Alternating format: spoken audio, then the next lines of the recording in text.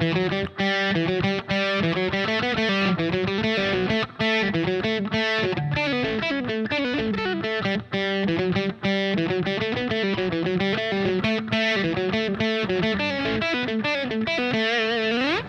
guys, it is Carl Brown from GuitarLessons365.com. Today we're going to finish our look at Reelin In The Years by Steely Dan.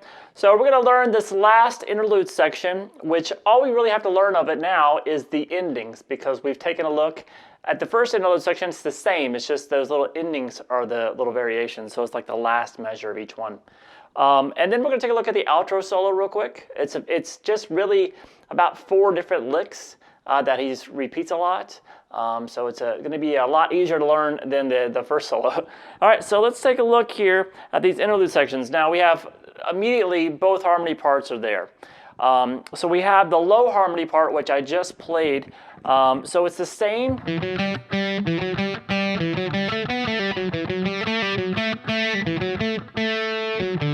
All right, now here, this first ending here, if you've gone through the little sequence there, he gets this quick 4-0 on the D string to set up for the legato lick that ends it the first time through.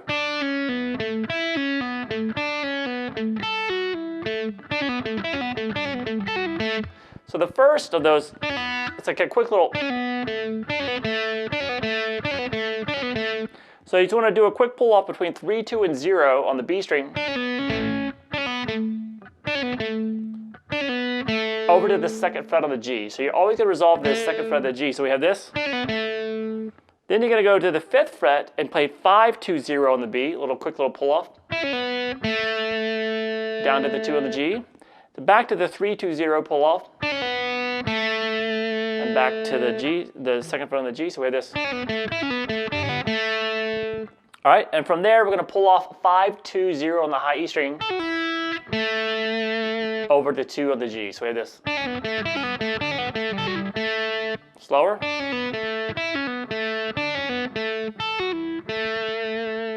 All right, now the second time through the low harmony guitar part, we have the same ending that I talked about in the last video, which was the.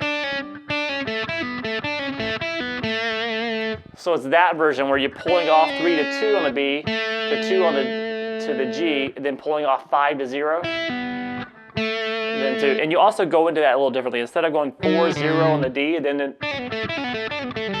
the quick little pull-offs, it goes 4 on the D to 2 on the G, and then sets up for that. So that's kind of the standard ending that we talked about for the low harmony part. Now the high harmony part has the same thing as well.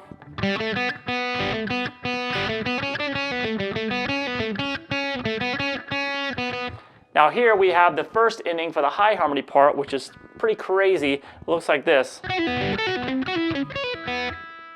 All right, did you get that? All right, I'll move on.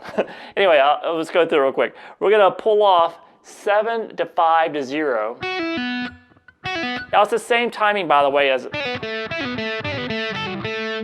All right, so we're gonna have this. The pull off 7, 5 to the open string, and then have the open G resolve there. Then we're going to pull off 10 to 7 on the B, 10, 7, 0.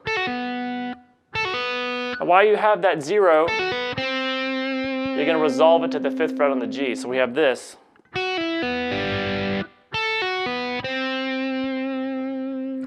Then we're going to play the 7, 5, 0 one again. To the 6th fret on the G is what you're resolving to. So we have this. So this was pretty crazy. And then you're going to jump up to 9, 7 on the high E. So you're going to pull off 9, 7, 0. And then to the open B string. So we have this all together.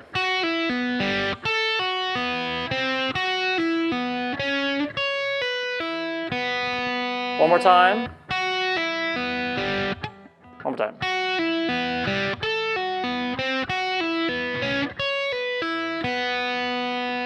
All right, then we go back through the same section again.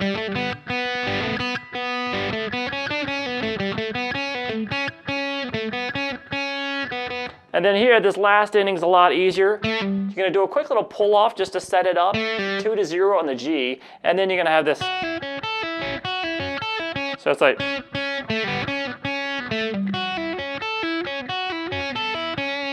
All right, now that is a lot easier to play than the first ending of that high harmony part. That's going to be a pull off from 2 to 0 on the high E, over to 2 on the B string, and then pull off 5 to 0 on the high E, resolve to that 2 again on the B, and just repeat those again. So this. All right, now we finally made it to the outro solo here. Now the outro solo happens, I'm not exactly sure, it's the last thing in the song. You guys can figure it out. Anyway, but it's a pretty, the rhythm part underneath it is this very similar to something we did earlier.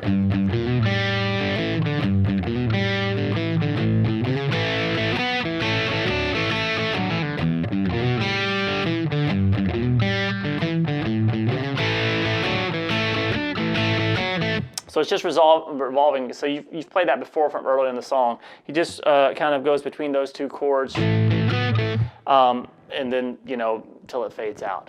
All right, now the actual solo sounds like this.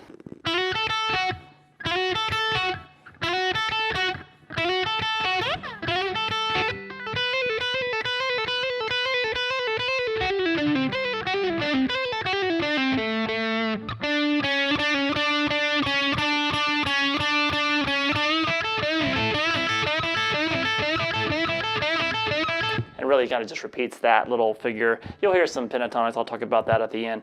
But so anyway, we're going to start with this lick, which is sliding into the from 5 to 7 on the B, over to 5 on the high E a couple times, back to 7 on the B. So it's a 4-beat measure, series of measures, but he comes in with that every 3rd beat. So it's always happening a little bit earlier in the measure.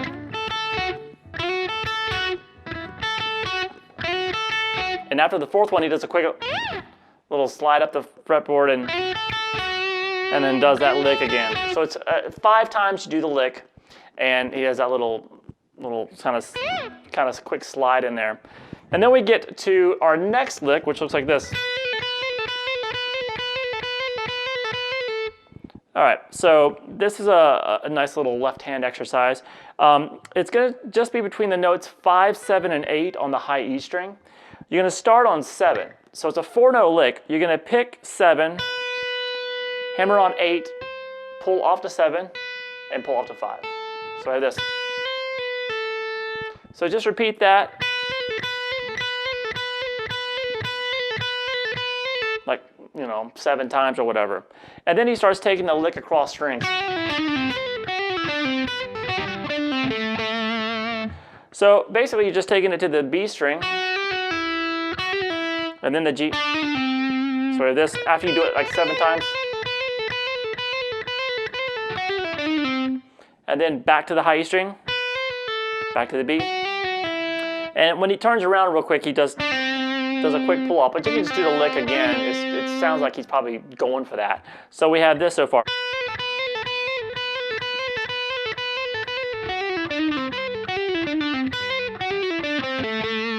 So basically, I went back there and did the last part of it. So after you're doing this for a few times, 7 times, then go the B string and G string with that lick, then back to the high E, go across the top 3 strings again with, and then do it one more time. And then resolve it to the 7th fret on the D. And then we have a little melody on the G string, which starts with just 7, 6, then pull off 7, 6. So we have this. And then from there, we just hit 7 twice, followed by 6 once, 3 times. So this.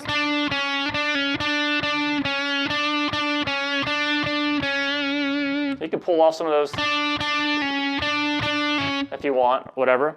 And then we get to the last lick that's before it really fades out in the song, which is just the standard blues lick.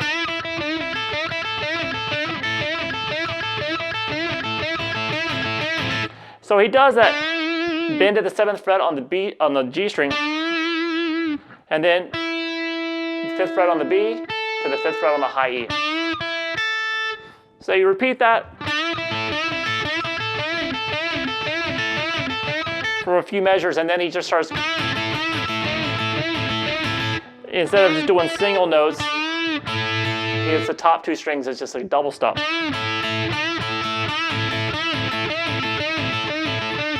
All right, and then as he's fading out, he'll probably just kind of descending in like kind of a pentatonic way, all right, or like a kind of a blues scale, whatever. So that song has a lot of guitar parts in it. So hopefully you guys can get through this, and you have somebody help you play those harmony parts, and I'm sure it'll be a lot of fun to play as soon as you get it all together. In any case, I hope you enjoyed it. I'll see you again soon for GuitarLessons365.com.